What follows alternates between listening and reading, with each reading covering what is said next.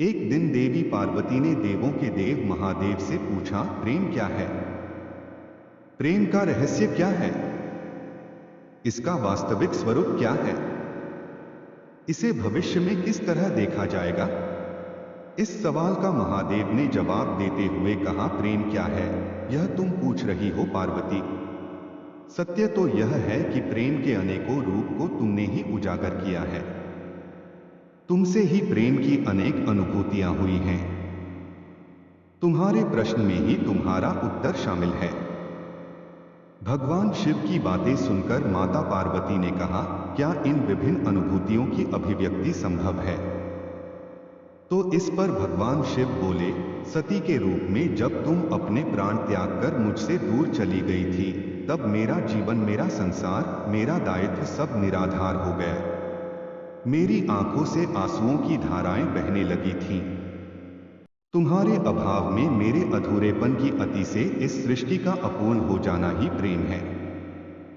तुम्हारे और मेरे पुनर्मिलन कराने हेतु इस समस्त ब्रह्मांड का हर संभव प्रयास करना ही प्रेम है। तुम्हारा पार्वती के रूप में फिर से जन्म लेकर मेरे एकांकीपन और मुझे मेरे वैराग्य से बाहर निकलने पर विवश करना ही प्रेम है।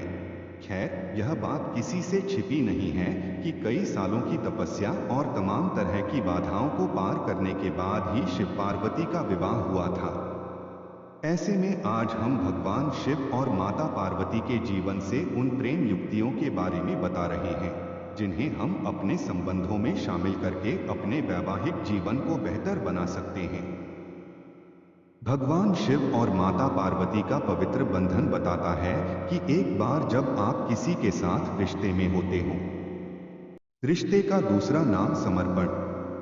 भगवान शिव और माता पार्वती का पवित्र बंधन बताता है कि एक बार जब आप किसी के साथ रिश्ते में होते हो तो हमेशा एक दूसरे के साथ इंटरेक्ट करते हुए अपने रिश्ते को समझने की कोशिश करनी चाहिए।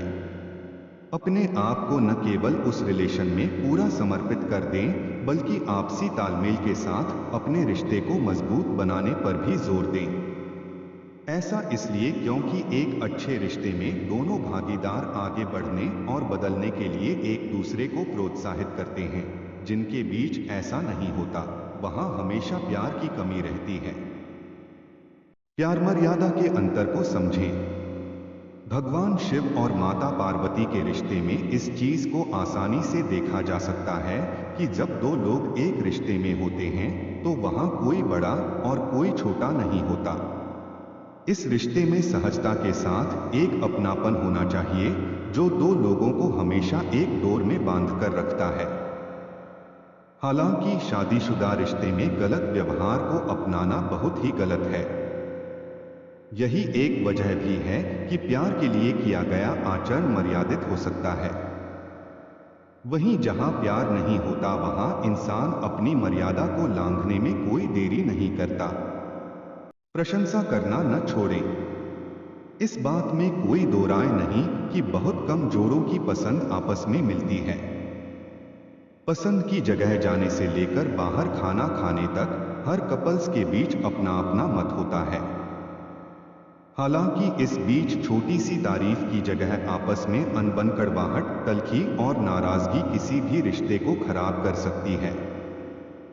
छोटी छोटी चीजों पर की गई प्रशंसा न केवल रिश्तों को मजबूत करने का काम करती है, बल्कि कपल्स के बीच एक तरह का खास कनेक्शन भी बना रहता है।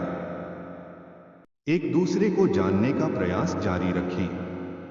भगवान शिव और माता पार्वती जन्म जन्मांतर के साथी थे, लेकिन इसके बाद भी वह हमेशा एक दूसरे को जानने का प्रयास करते रहते थे, जो कि आम जोड़ों के लिए भी बहुत ज्यादा जरूरी है। बहुत से कपल्स का कहना है कि हम साथ रहते हुए एक दूसरे के बारे में सब कुछ तो जान ही जाते हैं, लेकिन इसके बाद भी रिलेशन में ऐसी कुछ चीजें होती हैं जिनके अचानक पता चलने का अपना ही मजा है। इसलिए कहा भी गया है कि अजनबी बनकर अपने साथी को जानना न केवल रिश्ते में एक एक्साइटमेंट लाता है, बल्कि आप दोनों को एक दूसरे के करीब आने का मौका भी मिलता है।